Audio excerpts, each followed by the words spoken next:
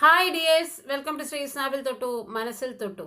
പ്രണയവിവാഹം വലിയ പുത്തരിയായിട്ടുള്ള കാര്യമൊന്നും. അങ്ങനെയുള്ള വിവാഹാനന്തരം ഏതെങ്കിലും ഒരു വീട്ടുകാർ ഒഴിഞ്ഞാലും മറ്റേ വീട്ടുകാരുടെ പിന്തുണ അവരുടെ പ്രസവത്തിനും കുഞ്ഞുങ്ങളെ വളർത്തുന്ന കാര്യത്തിലും അവർക്കൊരു ജോലി സമ്പാദനത്തിലും ഒക്കെ സഹായമായിട്ട് ഒന്നുമില്ലെങ്കിൽ പെണ്ണിൻ്റെ വീട്ടുകാരുടെ പിന്തുണ ഉണ്ടാവും, അല്ലെങ്കിൽ ചെക്കൻ്റെ വീട്ടുകാരുടെ പിന്തുണ ഉണ്ടാവും. ഈ രണ്ട് വീട്ടുകാരുടെയും പിന്തുണ കിട്ടാത്ത അവസ്ഥയിൽ ജീവിതം വല്ലാത്തൊരു ഘട്ടത്തിൽ വഴിമുട്ടി നിൽക്കുന്ന ഒരു പെൺകുട്ടിയുണ്ട്, കുഞ്ഞാറ്റ. കുഞ്ഞാറ്റയുടെ ജീവിതം ഏകദേശം 21-22 വയസ്സിൽ അവരൊരു നഴ്സിംഗ് സ്റ്റുഡൻ്റ് ആയിക്കൊണ്ടിരിക്കെ അവർ ആ കരിയർ സ്റ്റോപ്പ് ചെയ്തിട്ട് ഒരു പ്രണയ വിവാഹത്തിൽ ഏർപ്പെടുന്നു. ഭാഗ്യത്തിന് അവരുടെ രണ്ട് വീട്ടുകാരുടെയും നമ്മളെ മനസ്സോടുകൂടി തന്നെ അവർ ആ വിവാഹം നടത്തി കൊടുക്കുന്നുണ്ടെങ്കിൽ പോലും വിവാഹാനന്തരം കുഞ്ഞാറ്റ ഭർത്താവിനെയും കൊണ്ട് വേറൊരു വീട്ടിലേക്ക് താമസം മാറുകയാണ്. ഭർത്താവിൻ്റെ വീട് ഉണ്ടായിരിക്കെ അവരുടെ ഈ യൂട്യൂബ് വീഡിയോയ്ക്കും കരിയറിനൊക്കെ ഇതാണ് നല്ലതെന്നും പറഞ്ഞ് അവർ വേറെ വീട്ടിലേക്ക് താമസം മാറുന്നു. സ്വാഭാവികമായിട്ട് ഭർത്താവിൻ്റെ വീട്ടിൽ നിന്നുള്ള കല്ലുകടി അവിടെ സ്റ്റാർട്ട് ചെയ്യുകയാണ്. സ്വന്തം മകനെ, അല്ലെങ്കിൽ അവൻ്റെ ഏജ് എത്തുന്നതിന് മുമ്പേ അവനെ ഒരുപാട് പ്രതീക്ഷിച്ച മാതാപിതാക്കളുടെ മുഖത്തടിച്ച പോലെ അവനെയും കൊണ്ട് വിവാഹാനന്തരം മരുമകൾ മാറി താമസിക്കുന്നു. അത് അവരുടെ മനസ്സിൽ വല്ലാത്തൊരു വിഷമം ഉണ്ടാക്കി. അന്ന് തൊട്ട് അവിടുത്തെ ഒരു മതിൽ കെട്ടി അവർ വേർതിരിക്കുക തന്നെയാണ് ചെയ്തത് ഇവരെ. സ്വന്തം വീട്ടുകാരെ സംബന്ധിച്ചിടത്തോളം തൻ്റെ മകളുടെ അല്ലെങ്കിൽ മകളുടെ ഭാവിയെ ഓർത്ത് ഒരു പ്രൊഫഷണൽ കോഴ്സുമായി ബന്ധപ്പെട്ട് അവളെ പഠിക്കാൻ വിടുകയും അതിൻ്റെ ഇടയിലുള്ള പ്രണയവും കാര്യങ്ങളൊക്കെ ആയിട്ട് അവൾ അത് ഡിസ്കണ്ടിന്യൂ ചെയ്യുന്നതിലൂടെ തന്നെ സ്വന്തം വീട്ടുകാരുടെ അപ്രീതി പിടിച്ചു പറ്റാനും ആ കുട്ടിക്ക് പറ്റിയെന്നുള്ളതാണ്. അപ്പോൾ എന്തായാലും അവർ നിർബന്ധത്തിന് വഴങ്ങി വിവാഹം കഴിച്ചു കൊടുക്കുന്നുണ്ടെങ്കിലും ഇനിയൊക്കെ നിൻ്റെ ജീവിതം നിൻ്റെ കയ്യിൽ എന്നുള്ള രീതിയിൽ രണ്ട് വീട്ടുകാരും വിട്ടൊഴിഞ്ഞൊരവസ്ഥ തന്നെയാണ്. ഇനി കുഞ്ഞാറ്റയെ സംബന്ധിച്ചിടത്തോളം കുഞ്ഞാറ്റയുടെ ജീവിതത്തിൽ വലിയ കുഴപ്പമുണ്ടായില്ല. കാരണം അവർക്ക് യൂട്യൂബ് വരുമാനം ഉണ്ടായി, അതിൻ്റെ പ്രൊമോഷൻസും കാര്യങ്ങളൊക്കെ ആയി ജീവിക്കാനുള്ളൊരു ഇൻകം അവർക്ക് യൂട്യൂബിൽ നിന്ന് തന്നെ കിട്ടിക്കൊണ്ടിരുന്നു എന്നുള്ളതൊരു സത്യമാണ്. കുറേ നല്ല നല്ല വ്യൂസുള്ള അവരുടെ വീഡിയോകളും പിന്നെ അവരെ കൂടുതൽ മേക്കപ്പിനോട് അല്ലെങ്കിൽ മേക്കപ്പ് ആർട്ടിസ്റ്റ് കൂടിയാണ്. അവർ ബ്യൂട്ടീഷ്യൻ കോഴ്സ് എങ്ങനെയോ പഠിച്ചെടുത്തിട്ടുണ്ട്, ടൈലറിങ് അല്ലെങ്കിൽ ഫാഷൻ ഡിസൈനിങ്ങും കൂടി അവർക്കറിയാം. അപ്പോൾ ഒരുപാട് കാര്യങ്ങൾ ചെയ്യണം, ഒരുപാട് പഠിക്കണം, ജോലി നേടണം, പെട്ടെന്ന് സെറ്റിലാവണം എന്നൊക്കെ വളരെ ക്രേസി ആയിട്ടുള്ള ഒരു പെൺകുട്ടിയാണ് കുഞ്ഞാറ്റ. നേരെ ഓപ്പോസിറ്റ് കുറച്ച് ലേസി ആയിട്ടുള്ള ഹസ്ബൻഡ്. ഈ ക്രേസിയും ലേസിയും തമ്മിലുള്ള ആ ജീവിത അന്തരം അവരെ എവിടെ കൊണ്ട് എത്തിച്ചു എന്നുള്ളതാണ്. അതായത് ആദ്യത്തെ കുഞ്ഞായി കഴിഞ്ഞപ്പോഴാണ്, കുടുംബം വലുതായപ്പോഴാണ് കൂടുതൽ ചെലവിനുള്ള പൈസ കണ്ടെത്തേണ്ടത് കുഞ്ഞാറ്റയുടെ മാത്രം ഒരു ബാധ്യതയായിട്ട് മാറുന്ന ഒരു കാഴ്ച നമ്മൾ കാണുന്നുണ്ട്. അവിടെ ഹസ്ബൻഡ് വേറൊരു നല്ലൊരു ഇൻകത്തിനായിട്ട് വിദേശത്ത് പോകാനുള്ള ഒരു അവസരത്തിന് കാത്തിരിക്കുന്നു, അല്ലെങ്കിൽ ഇനി നല്ലൊരു ജോലിക്ക് വേണ്ടി കാത്തിരിക്കുന്നു എന്നുള്ള ആ കാത്തിരിപ്പിൽ അയാൾ അവിടെ അങ്ങനെ ഇരുന്ന് പോവുകയും ബാക്കി എന്നാൽ അച്ചായന് ജോലി കിട്ടുമ്പോൾ കിട്ടട്ടെ, അതുവരെ ഞാൻ വീട് കൊണ്ടുപോവാം എന്നുള്ള തുടക്കത്തിലെ ആരംഭശൂരത്വം ആ കുട്ടിക്ക് വിനയായി എന്നുള്ളത് യാതൊരു വക സംശയവും. ഈ കുഞ്ഞും കൂടി ഉണ്ടായപ്പോൾ, ഫാമിലി വലുതായപ്പോൾ അവർക്ക് കുഞ്ഞിനും കൂടിയുള്ള ഭക്ഷണം, വസ്ത്രം, അവരുടെ വീട്ടു ചിലവ്, വീട്ടിൻ്റെ വാടക, കറണ്ട് ബില്ല്, പിന്നെ യൂട്യൂബ് വീഡിയോസ് എടുക്കാനായിട്ട് അവർ വാങ്ങിയ ക്യാമറയുടെ അടവ്, കാറിൻ്റെ അടവ്, അങ്ങനെ ഒരുപാട് ഫിനാൻഷ്യൽ ക്രൈസിസിൽ പെടുകയാണ്. അതിൻ്റെ ഭാഗമായിട്ട് അവർ വീണ്ടും വളരെ ഉണർവോടുകൂടി തന്നെ ഒരു മൾട്ടി ടാസ്കറായിട്ട് മാറുകയാണ്. ഈ ഫാഷൻ ഡിസൈനിങ്, റീസെല്ലിങ്, പിന്നെ തുണികളെ കൊണ്ടുവന്ന് റീസെല് ചെയ്യുക, ഫാഷൻ ഡിസൈനിങ്ങിൽ തയ്ച്ചു കൊടുക്കുക, പിന്നെ മേക്കപ്പ് ആർട്ടിസ്റ്റ് ആയതുകൊണ്ട് തന്നെ കല്യാണത്തിന് വധുവിനെ അണിയിച്ചൊരുക്കാൻ പോവുക. അങ്ങനെ ഒരുപാട് ഒരു മൾട്ടി ടാസ്കർ ആയിട്ടുള്ള ഒരു കുടുംബിനിയായിട്ട് അവർ മാറുന്നു. അവരുടെ ജീവിതം പതുക്കെ പച്ച പിടിക്കാൻ തുടങ്ങുന്നു. അവർക്ക് ഒരുപാട് സ്വപ്നങ്ങളുണ്ട്. ഒരു വീട് വേണം, ജോലി വേണം, പെട്ടെന്ന് തന്നെ സെറ്റിലാവണം. അവർ തന്നെ സമാധാനിക്കുന്നുണ്ട്, എനിക്ക് ഇത്രയല്ലേ ഏജ് ആയിട്ടുള്ളൂ, ഞാൻ പെട്ടെന്ന് തന്നെ സെറ്റിലാവും, എനിക്ക് ശുഭാപ്തി വിശ്വാസമുണ്ട്, കോഴ്സ് കണ്ടിന്യൂ ചെയ്യണം. അങ്ങനെ ഒരുപാട് സ്വപ്നങ്ങളുമായിട്ട് മുന്നോട്ട് പോയിക്കൊണ്ടിരിക്കും. ദുർബല പോരയ്ക്ക് ഗർഭിണി എന്ന് പറഞ്ഞ പോലെ കുഞ്ഞാറ്റ ഓൾറെഡി ഒരു വീടിൻ്റെ നെടുന്തൂണായി ഒരു മൾട്ടി ടാസ്കറായിട്ട് ആ വീട് നടത്തിക്കൊണ്ടിരിക്കുകയാണ്. ആ കുട്ടി രണ്ടാമത് പ്രഗ്നൻ്റ് ആവുന്നത്. ആ ഫസ്റ്റ് ട്രൈമസ്റ്ററിലുള്ള ആ കുട്ടിയുടെ ബുദ്ധിമുട്ടുകളൊക്കെ ആ കുട്ടി സഹിക്കുന്നത് നമ്മൾ ഈ വീഡിയോകളിലൂടെ കണ്ടുകൊണ്ടിരിക്കുകയാണ് കേട്ടോ. ഛർദി, ഭക്ഷണം ഉണ്ടാക്കാൻ വയ്യ, അത് ഉണ്ടാക്കി കൊടുക്കാനായിട്ട് രണ്ട് വീടുകളൊന്നും ഒരു സഹായഹസ്തമായിട്ട് അവർക്ക് വരുന്നില്ല. അവർ ഇപ്പോഴും ഒരു വാടക വീടാണ്. അപ്പോൾ വാടക കൊടുക്കാതെ യാതൊരു വക നിവൃത്തിയില്ല. സ്വാഭാവികമായിട്ട് വാടക കൊടുക്കാനും തുണികൾ റീസെല് ചെയ്യാനും പിന്നെ വധുക്കളെ അണിയിച്ചൊരുക്കാനും ഒക്കെ പോയിക്കൊണ്ടിരുന്ന് ജീവിതം പച്ച പിടിപ്പിച്ചുകൊണ്ടിരുന്ന ഒരു അവസ്ഥയിൽ രണ്ടാമത് പ്രഗ്നൻ്റ് ആയിപ്പോൾ ഇതൊക്കെ അവിടെ സ്റ്റോപ്പ് ആവുകയാണ്. ആ വരുമാനം സ്റ്റോപ്പ് ആകുമ്പോൾ സ്വാഭാവികമായിട്ട് ഈ വീട്ടിലിരിക്കുന്ന ഗർഭിണിയായിട്ടുള്ള ആ കുട്ടിയുടെ മാനസിക സംഘർഷങ്ങൾ നമ്മൾക്ക് കണക്കാക്കാൻ പറ്റില്ല. കാരണം രണ്ടാമതൊരു പ്രസവത്തിന് അവർക്ക് പൈസ കണ്ടെത്തണം, വീട്ടിലെ ചെലവിന്, വീടിൻ്റെ വാടകയ്ക്ക്, കുഞ്ഞിനെ വളർത്തണം. അവരുടെ ആ പഠിപ്പ് മുടങ്ങി എന്നുള്ള ആ കടുത്ത നിരാശ അവരുടെ മനസ്സിൻ്റെ ആ ഏതോ ഒരു കോണിൽ എപ്പോഴും അവരെ ഒരു കുറ്റബോധത്തിലേക്ക് നയിച്ചുകൊണ്ടിരിക്കുന്നു.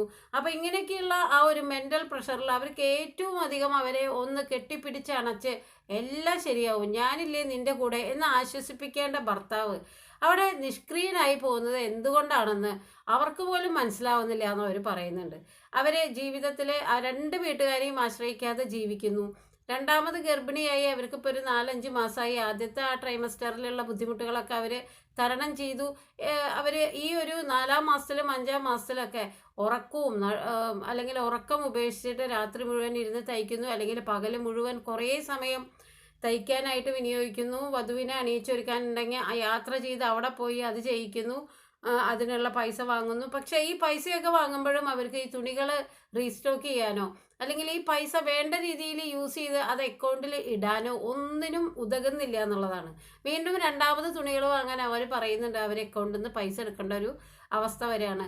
കുഞ്ഞിൻ്റെ കാര്യങ്ങൾ, എല്ലാ കാര്യങ്ങളും നോക്കാനായിട്ട് ഒരൊറ്റ ആൾ ഈ ഒരു ഗർഭാവസ്ഥയിൽ ജീവിതം വല്ലാത്ത വെല്ലുവിളി നിറഞ്ഞതായിട്ട് അവരുടെ ചുറ്റിനും നിൽക്കുമ്പോൾ അതിനെയൊക്കെ അവർ പോസിറ്റീവായിട്ട് നേരിടുന്നു എന്നുള്ളതാണ് ഏറ്റവും പ്രധാന കാര്യം. പക്ഷേ ഒരു ഗർഭാവസ്ഥയിലുള്ള അവരെ സംബന്ധിച്ചിടത്തോളം അവരുടെ മാനസികമായിട്ടുള്ള നില ഒരു ഹോർമോണൽ ചേഞ്ചസിനൊക്കെ വിധേയമായിക്കൊണ്ടിരിക്കുകയാണ്. ഓരോ മാസം ചെല്ലുന്തോറും അവരുടെ ശാരീരികവും മാനസികമായിട്ടുള്ള നിലകളിലൊക്കെ ഭയങ്കര ചേഞ്ച് ഉണ്ട്. ഒരു ഗർഭിണിയെ ഏറ്റവും കെയറോടുകൂടി പൊതിഞ്ഞു പിടിക്കേണ്ട സമയം. അവൾക്ക് നടുവേദന, ഒന്ന് കിടക്കാൻ തോന്നും, അപ്പം തന്നെ എണീറ്റിരിക്കണം, നല്ല ഇഷ്ടമുള്ളൊരു ഭക്ഷണം കഴിക്കണം. ഇതിനൊക്കെ ഇഷ്ടമുള്ളൊരു ഭക്ഷണം കഴിക്കണമെങ്കിൽ അടുക്കളയിൽ കയറേണ്ട അവസ്ഥ, കുഞ്ഞിനെ നോക്കണം, കുഞ്ഞിനെ കുളിപ്പിക്കണം, അതിൻ്റെ ഇടയിലായി തൻ്റെ 2 തൊഴിലുകൾ കൊണ്ട് മുന്നോട്ട് പോകണം. എന്തൊക്കെ ചെയ്യാൻ പറ്റും? ഇതൊക്കെ നമ്മൾ കൊറിയറായിട്ട് അയക്കണം. ആ കൊറിയർ ചാർജ്, ഈ തുണി റീസെല് ചെയ്യുമ്പോൾ അവർ ആ കൃത്യമായിട്ടുള്ള ഓർഡേഴ്സ് എഴുതി വെക്കണം, എല്ലാവരുടെയും പാക്കറ്റിലാക്കണം, ഒട്ടിക്കണം. ഇതിനൊന്നും അവർക്ക് ബാഹ്യമായിട്ടുള്ളൊരു സഹായം കിട്ടുന്നില്ല എന്നുള്ളതാണ്. വേണ്ട, ആ അവരുടെ ഇത്തരം ജോലികൾ അവരെ ചെയ്യാൻ അനുവദിച്ചാലും അവർക്ക് ഭക്ഷണം ഉണ്ടാക്കി കൊടുക്കാനോ സ്നേഹപൂർവ്വം അത് കഴിപ്പിക്കാനോ ആ കുഞ്ഞിനെ ഒന്ന് നോക്കി അവരെ സഹായിക്കാനോ ഒന്നും ഒരു സഹായങ്ങളും അവർക്ക് ഇല്ല. പറയുമ്പോൾ സ്വന്തം അമ്മയുണ്ട്, അമ്മ അത്ര ഹെൽത്തി ആയിട്ടുള്ള കണ്ടീഷനല്ല, അതും കൂടി ഇവിടെ പറഞ്ഞു വെക്കട്ടെ.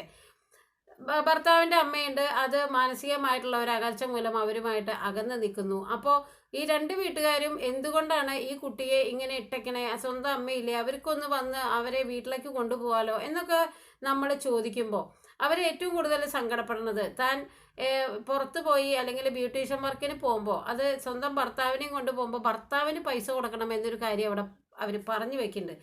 അത് വല്ലാത്ത ഒരു നമുക്ക് ചിന്തിച്ചാൽ കിട്ടാത്ത ഒരു അർത്ഥം കിട്ടാത്ത ഒരു കാര്യമായിപ്പോയി അല്ലേ.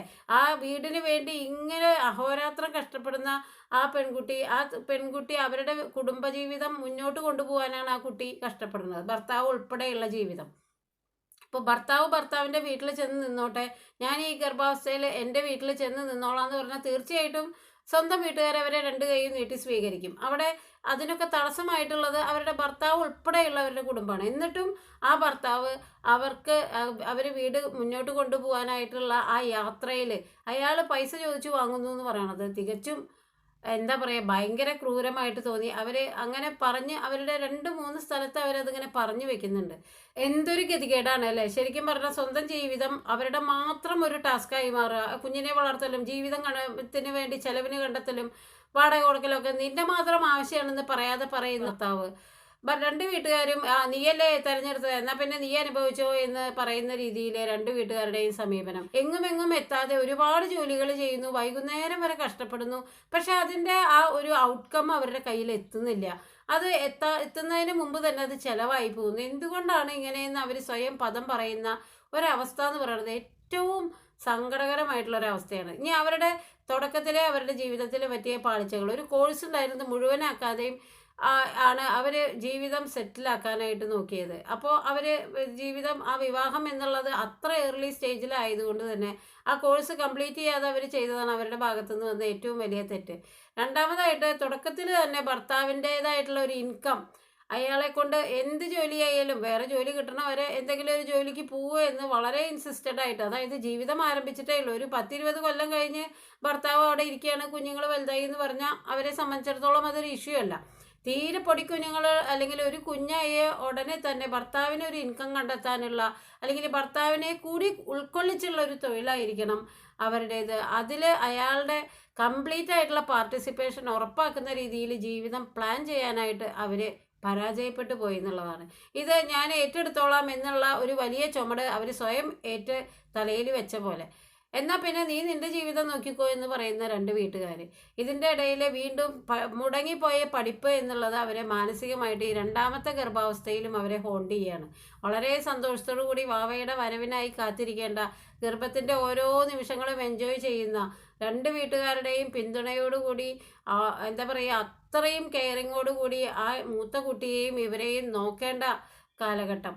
ഭാര്യയുടെ ഓരോ ദിവസങ്ങളും അവൾക്ക് ഏറ്റവും കൂടുതൽ കെയറും സ്നേഹവും ഒക്കെ നൽകി അടുത്തുണ്ടാവേണ്ട ഭർത്താവിൻ്റെ കെടുകാര്യസ്ഥത അല്ലെങ്കിൽ പിടിപ്പുകേട്, ഇതൊക്കെ ഒരു ഗർഭിണി ഏറ്റവും സന്തോഷിക്കേണ്ട ഒരവസ്ഥയിൽ ഞാൻ വിതുമ്പി പോകുന്നു, എൻ്റെ മനസ്സിലെ സങ്കടങ്ങൾ ഇങ്ങനെ ഓവർഫ്ലോ ചെയ്യുന്നു എന്ന് പറഞ്ഞ ഒരു പെൺകുട്ടി വീഡിയോ ചെയ്യുന്നുണ്ടെങ്കിൽ അവളുടെ മനസ്സിൽ ഈ സബ്സ്ക്രൈബേഴ്സിനോട് ഇത്ര പറയുന്നുണ്ടെങ്കിൽ റിയൽ ലൈഫിൽ അവരുടെ ആ അനുഭവത്തിൻ്റെ ഭീകരത എന്ത് മാത്രമായിരിക്കുന്നത് നമുക്ക് ചിന്തിക്കാവുന്നതേ ഉള്ളൂ. കുഞ്ഞാറ്റ ഇവിടെയൊന്നും നിൽക്കില്ല. ഇനിയും അവരുടെ പ്രൊഫഷണലായിട്ടുള്ള കോഴ്സ് പൂർത്തിയാക്കും, വിദേശത്ത് പോവും. 2 കുഞ്ഞുങ്ങളുണ്ടെങ്കിൽ അവരെ നോക്കാനൊക്കെ അപ്പോൾ എന്തെങ്കിലും ഒരു വഴികൾ അവരുടെ മുമ്പിൽ തെളിയും.